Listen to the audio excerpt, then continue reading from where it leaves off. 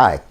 For the history video this week, I want to pick up where we left off last week in the description of the double-cross system, that is, the British espionage network that captured every single German agent in Britain and let the Germans feel they continued to operate and turned them and made them work for the British, sometimes killing them and operating the radios in their name and feeding the Germans whatever the Allies wanted them to believe.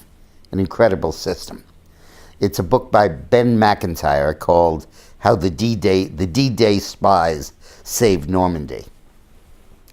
Where we left off last weekend, I was talking about how the system developed, how they captured spies and created a spy network, sometimes of completely fictitious spies, 20 or 30 of them that didn't really exist, but were radio transmitters being operated by British agents. When the decision came to launch D-Day, one thing was clearly apparent. The most you could put ashore on D-Day would be 5 divisions, or 6 at most, of British, Canadian, and American infantry, about 160,000 men. And the Germans had 60 divisions in France. And you couldn't really land a significant number of tanks or artillery, and the Germans, of course, had all of that. So if the Germans knew where you were coming, you were dead. If they understood where the invasion was taking place, they would move the panzers in, they would move 10 or 20 divisions, and they'd sweep the Allies into the sea. Couldn't possibly land enough equipment and manpower to make a difference. As it was, D-Day was a bloody affair. 2,500 Allied troops died, and over the Normandy campaign, 20,000 did. 20,000 Americans did. But it was basically attacking bunkers manned by soldiers who were probably second-rate, either older soldiers or returnees from the Russian front or young kids drafted or, in many cases, foreigners conscripted to fight for the Germans. But the strength lay in the bunkers, the walls, the fortresses that our guys had to attack. But had they been tanks, it would have been a different story. So what the British did was to deceive the Germans as to where the invasion was taking place. And it was a multi-pronged deception.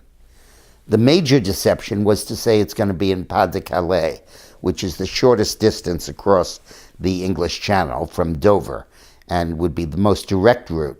And the Germans had 15 divisions in the Pas-de-Calais area, reinforced by heavy panzers, waiting for that invasion. The second phony invasion was we said we'd send troops into Norway, and the Germans had 300,000 troops in Norway waiting for the Allied invasion. We also said that we'd land in the Bay of Biscay, in the Bordeaux region of southwestern France, and the Germans had many divisions tied up there, waiting for an attack. And we also said that we'd move into Italy, and the Germans were there as well. So the Germans were spread out and thinned out. But the main thing, and by the way, to do that, the British and Americans created entirely fictitious armies, one commanded by General Patton, who had to sit out D-Day because he was in the doghouse. But he was in charge of a fictitious army, cardboard and wooden tanks and guns, so that from the air it would look like an army. And the double-cross system, the British agents, would run around in jeeps all over the area in southeastern England where they were supposed to be massing. The real British invasion force and U.S. force was in southwestern Britain. But they made up this army in southeastern and drove around sending radio traffic typical of what an army would have. So that when D-Day happened and we invaded Normandy, Hitler believed that that was a feint.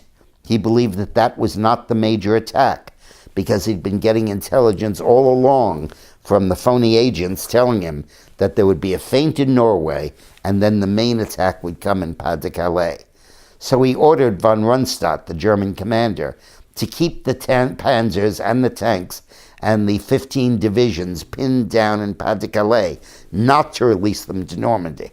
And it wasn't until a month went by that Hitler finally abandoned the delusion and realized that he'd been tricked.